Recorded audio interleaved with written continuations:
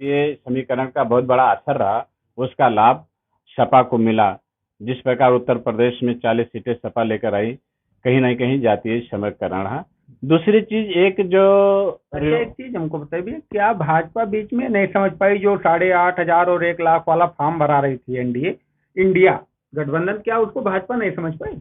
भाजपा को समझना चाहिए कि इंडिया गठबंधन कह रही है कि खटाखट आपके जैसे 4 जून को नतीजा काउंटिंग क्लियर होगा, 5 जून को आपके खाते में खटाखट 8,500 रुपये आएगा और फार्म भराई थी। इसका असर बहुत बहुत असर पड़ा इसका। जो गरीब तबके के लोग थे इसमें एकदम बह गए। कहीं ना कहीं मेरा व्यक्तिगत मानना है कि इसमें शिक्षा पे सरकार को ध्यान देना चाहिए। जब हमारा जीडीपी जो हमारा बजट है 40,000 करोड़ का है, जी, जी। और जब हम 65,000 करोड़ महिला जो आकलन है 65,000 करोड़ 65 करोड़ से कम नहीं है, और एक 8,000 करोड़ जो दिया जाए एक महिला को 1 लाख, तो आप सोचो कि 65 लाख करोड़ हो गया। हाँ। और 40 लाख करोड़ हमारा कितना टोटल बजट है, तो हम 25,000 करोड़ कहाँ से लाएंगे? कहाँ से लाए? हम दे ही नहीं पाएंगे। और शिक्षा की ही कमी थी। लोग ध्यान नहीं दे कि आखिर लाके कहाँ से देंगे। जो राहुल गांधी खटाखट देने करे, लाएंगे कहाँ से? रुपया कहाँ से? आज के परिप्रेक्ष्य मैंने देखा कई विभागों में वेतन 2-2, 3-3 महीना बाद जाता है। ऐसे स्थिति में ये 8,500 रुपया पर व्यक्ति को कहाँ से लाके देंगे? 1 लाख रुपया कहाँ से लाके देंगे? सभी जनता को इस पर सोचना चाहिए, मनन करना चाहिए। इस प्रकार कहने से वोट नहीं देना चाहिए। ये बहुत बड़ा फैक्ट रहा है। आपके आकलन में क्या निकल गया कि बीजेपी इतनी सीटें कैसे हार गई सर? बीजेपी उत्तर प्रदेश में जो बीजेपी का जो अभी भाई साहब ने बताया कि जातीय फैक्टर बहुत बड़ा मायने रखता है। खासकर अयोध्या की अगर बात की जाए तो अयोध्या में जो जातीय फैक्टर है वो बहुत अच्छा काम किया है। विकास तो हुए हैं, साथ ही साथ विकास के साथ साथ जो लोगों के घर गिरे हैं या जो है विकास के साथ साथ तमाम प्रकार की चीजें लोगों के समझ में आई। चौड़ीकरण में और अक्सर ये होता है कि जब कहीं विकास होता है तो कुछ ना कुछ पब्लिक को भी झेलना पड़ता है, नुकसान झेलना पड़ता है। हालांकि पब्लिक है वो क्या समझती है, आक्रोश में वोट की कि बीजेपी के विरोध में वोट की, लेकिन उसका बहुत ज्यादा नतीजा सरकार के बन जाने के कारण, जिस तरह भारतीय जनता पार्टी की सरकार बन रही है, तो उनके बाद में समझ में आ जाएगा कि जो चीज हो गया है वो चीज दोबारा अब होने वाला है नहीं कि हमारा घर बन जाए। तो कहीं ना कहीं उनको बाद में लगेगा कि नहीं, ऐसा नहीं होना चाहिए। दूसरी चीज राम जी की बात है तो राम जी आज पूरे विश्व स्तर पर जो है लोगों की निगाहें अयोध्या के ऊपर हैं, और वहाँ के हिंदू जनमानस को समझना चाहिए कि जहाँ 5500 वर्ष के बाद राम जन्मभूमि का निर्माण हुआ है, तो कहीं ना कहीं अयोध्या में लगभग 450। जी हाँ, अयोध्या में जो है राम जी के नाम पर एक बार वोट जरूर करना चाहिए, ताकि विश्व स्तर पर ये लगे कि यहाँ का हिंदू भ्रमित नहीं है और राम जी के मंदिर को चाहता था। नहीं तो एक गलत संदेश जाएगा कि वास्तव में हिंदू ही ऐसा करेगा कि भाई राम जी का मंदिर बना।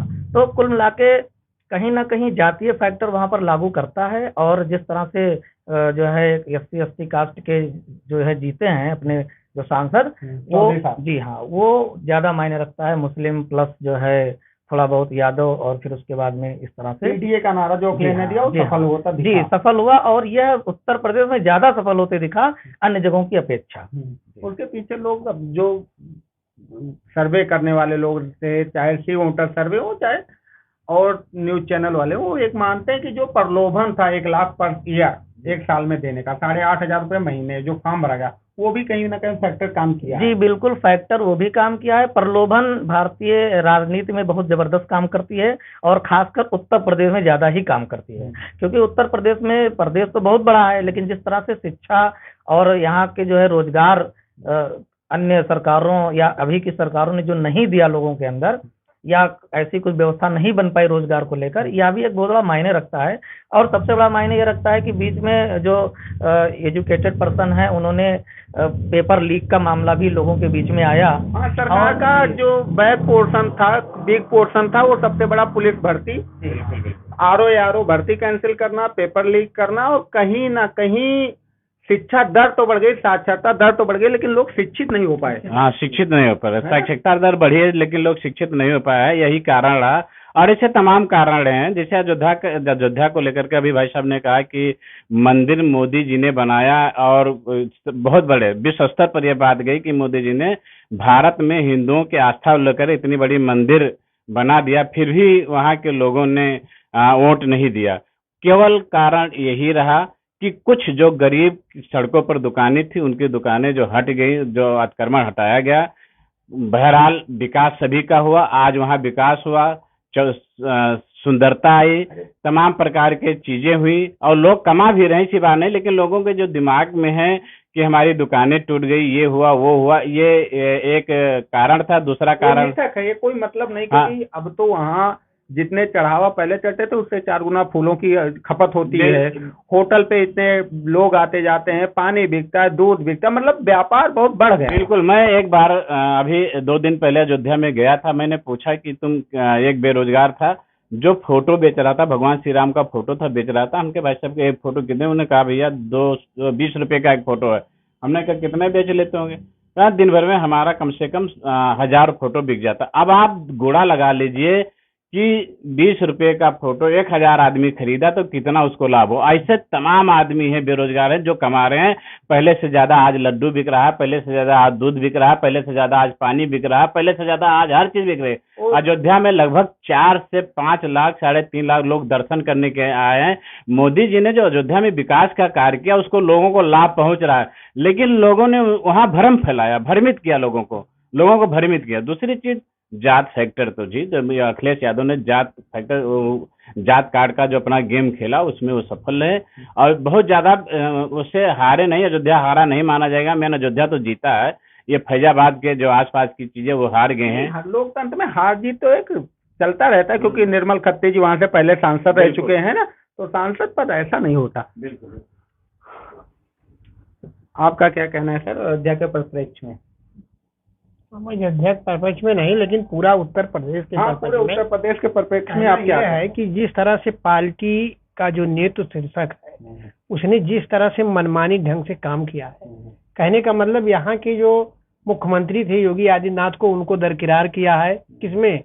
सीट की बंटवारे में। ठीक, उनको टिकट कैरिंग में उनको बिल्कुल दरकिरार किया गया, उनको केवल प्रचार के लिए रखा गया, पहला चीज। दूसरा चीज, उनको पीछे करने के बाद फिर कोई उन्होंने ओबीसी नेता लाकर आगे नहीं खड़ा किया उत्तर प्रदेश में। नहीं, जो कथाकथित लीडर थे, बाद लोगों को लोडर कहते थे, वो भी गिर गए और कोई काम नहीं हुआ। जिससे जो है, अगर ऐसा ना होता, आपस में इस तरह से ना होता, आपस में लोग एक दूसरे को नीचा दिखाने में लगे हुए हैं। अब बीजेपी में भी फूट जिस तरह से लग रहा है, जितना मेरे जानकारी में है कि पहले चरण में जो 8 सीटों का चुनाव हुआ उसके बाद समीक्षा हुई तो बीजेपी जीतती हुई दिखी।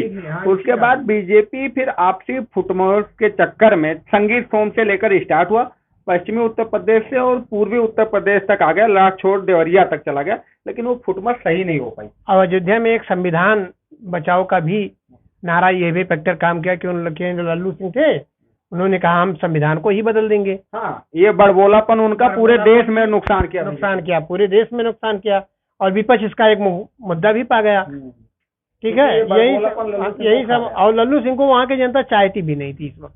4 बार सांसद, 2 बार नहीं, बदलना चाहती थी, 4 बार विधायक, 2 बार सांसद, कहीं ना कहीं एंटी इनकम्बेंसी उनकी चरम पे। हाँ, यही सभी कारण था। कई कारण जो है उसमें जो है भारतीय जनता पार्टी को हारने में। नहीं, इतना सीट का नुकसान ना होता, कम से कम 55-56 सीट तो आता ही। हम लोगों का आकलन भी था कि 50+ जाएगा।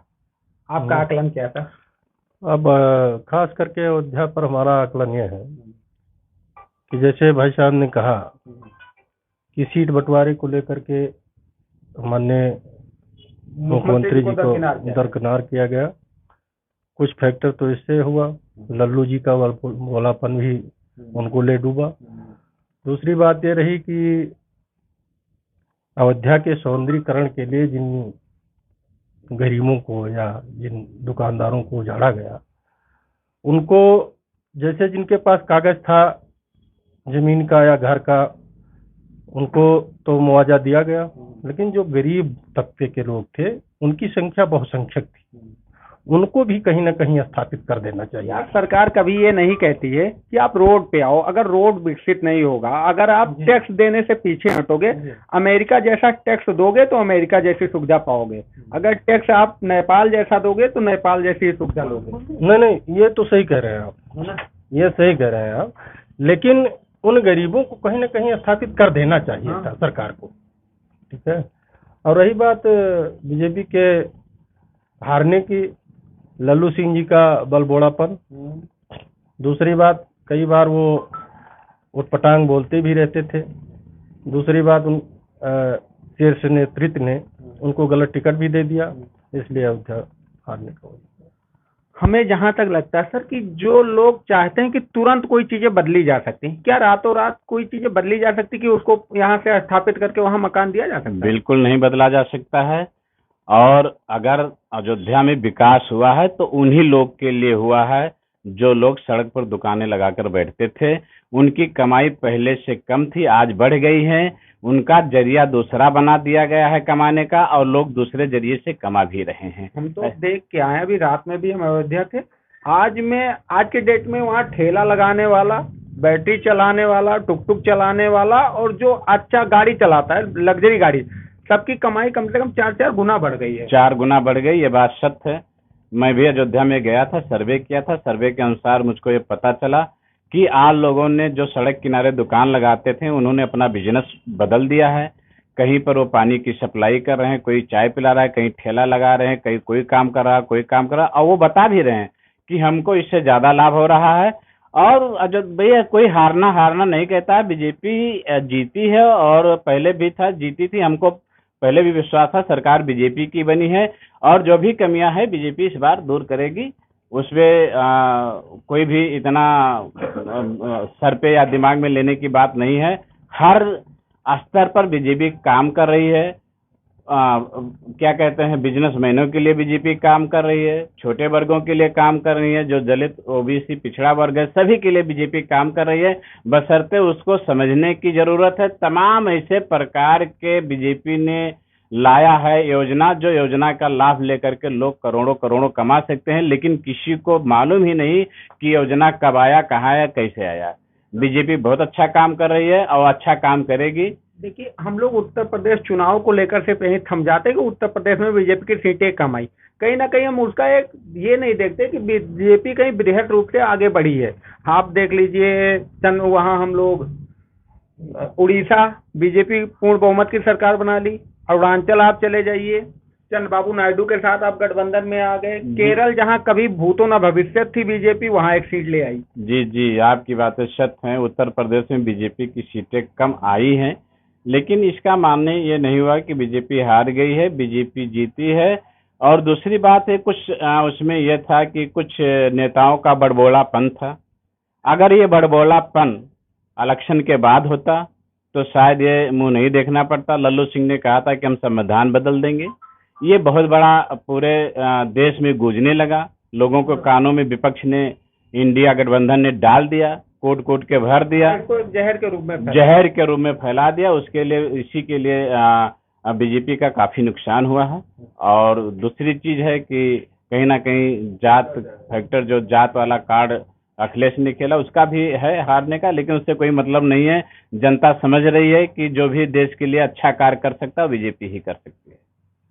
अब आप बताइए, मोदी जी उस प्लेस में काम कर पाएंगे? आप लोगों का अनुभव तो ज्यादा है। जैसे पहले वो फ्रंट फुट पे खेलते थे, क्या फ्रंट फुट पे बैटिंग कर पाएंगे? देखिए, गठबंधन जहाँ होती है उसका असर भी देखने को मिलता है। पिछली बार, इसके पहले जब अटल जी की सरकार थी, उस समय भी गठबंधन की वजह से वो पूरे तरीके से काम नहीं कर पाए थे। लेकिन इस बार जिस तरह से गठबंधन ने आश्वासन दिया है कि हम मोदी जी के पूर्णतया साथ हैं, हम जो हर स्तर से हैं, तो ये भी कहा जा सकता है कि मोदी जी की जो मंशा है वो जरूर पूरी होगी।